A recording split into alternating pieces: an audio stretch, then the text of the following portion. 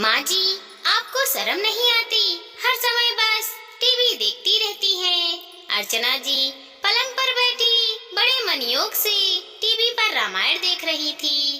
पति भरत जी अपनी आराम कुर्सी पर बैठे अखबार पढ़ रहे थे। अर्चना जी पूरी तरह से रामायण में डूबी थी कि अचानक खट की आवाज आई और टीवी बंद हो गया। अर्चना जी एकदम से चौंक गई। नजर सामने पड़ी तो बहू तानिया के हाथ में रिमोट था और टीवी उसने ही बंद किया था।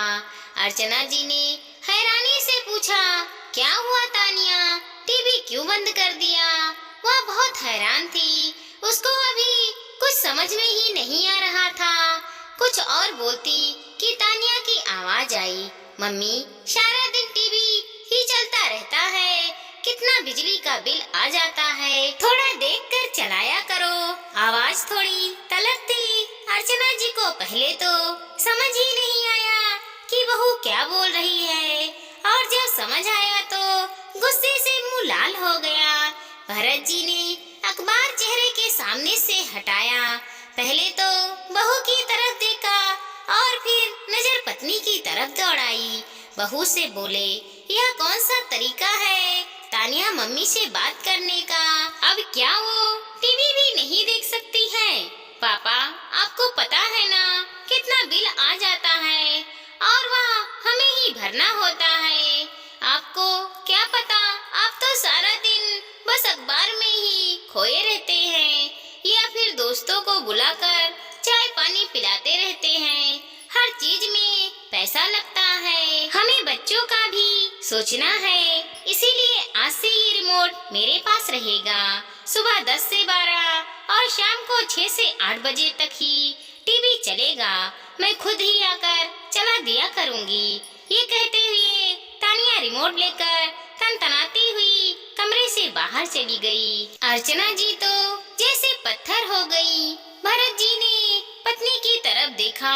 उनकी हालत देखकर थोड़ा घबरा गए और पत्नी के पास आ गए। कंधे पर हाथ रखते ही थे कि पति के रोही स्पर्श पाते ही अर्चना जी फूट फूट कर रोने लगी।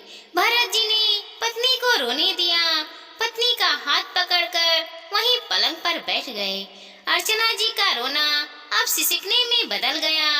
भरत जी ने उठकर साइड टेबल पर रखे फ्लास्क से पानी का गिलास भरे और पत्नी को दिया।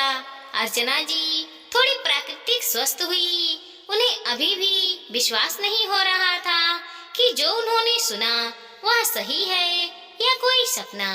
पति को कुछ कहने के लिए मुंह खोला ही था कि उन्होंने पत्नी को चुप रहने का इशारा किया और चुपचाप अपनी आराम कुर्सी पर आकर बैठ गए। पत्नी को इशारा किया कि वह थोड़ी देर लेट जाए और खुद को कुर्सी के पीछे लगाकर आंखें बंद करके सोच के गहरे सागर में गुप्त रहने लगे। उन्हें समझ ही नहीं आ रहा था कि क्या हो गया। एक तूफान आया और सब तितिर बितिर कर दिया और पीछे छोड़ गया। अनकहा दर्द। पत्नी की तरफ देखा तो वह भी आंखें खोले उसी की तरफ देख रही थी। घर की हवा में बदलाव तो वो पिछले 2-3 महीनों से ही महसूस कर रहे थे। बहू का बिन बात के खींचना, बेवजह चीखना चिल्लाना। पहले तो बेटा आते जाते मिलता था, पर अब सिर्फ डिनर टेबल पर ही दिखता था। भरत जी या अर्चना जी कुछ पूछते तो बस हाँ या ना में जवाब मिलता था।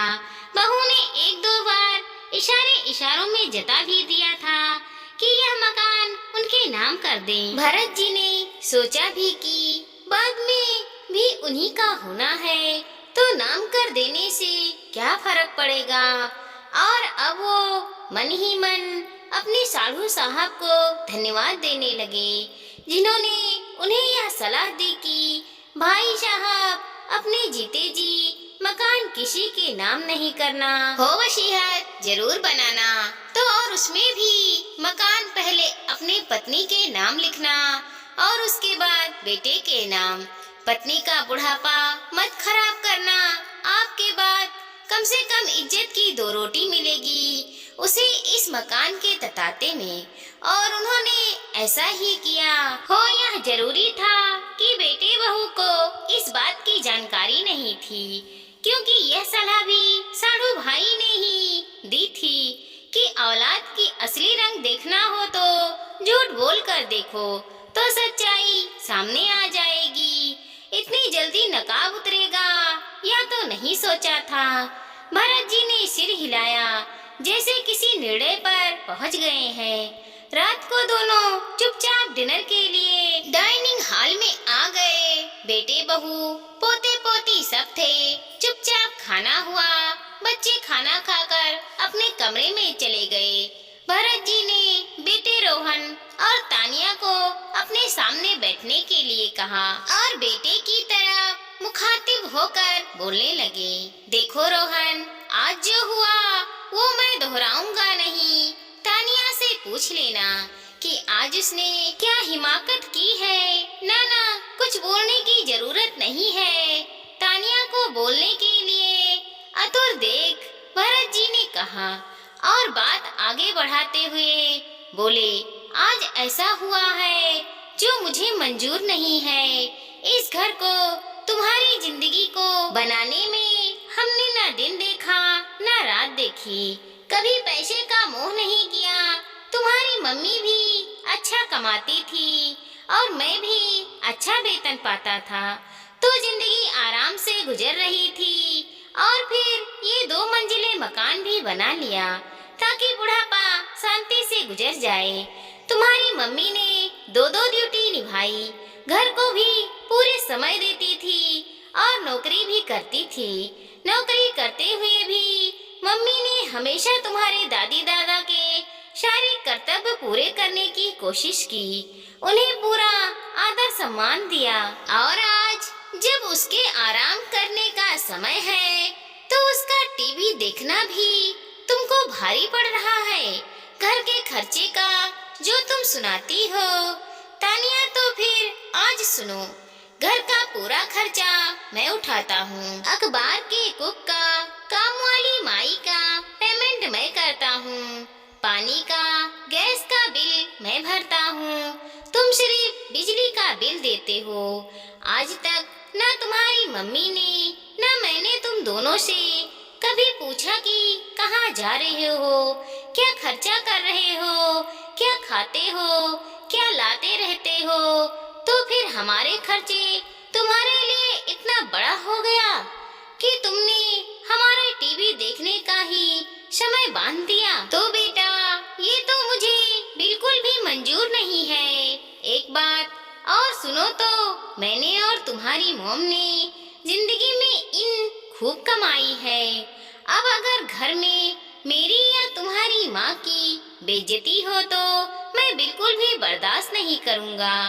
इसीलिए मैंने आज ये फैसला किया है कि या तो तुम ऊपर की मंजिले पर शिफ्ट हो जाओ, अपनी घर गृहस्थी अलग बसाओ और मुझे हर महीने रुपए 45,000 किराया दो, और या फिर कोई दूसरा मकान ढूंढो तो मैं ऊपर की मंजिल किराए पर चढ़ा दूं, जिससे हमारा काम बहुत अच्छे से चलेगा।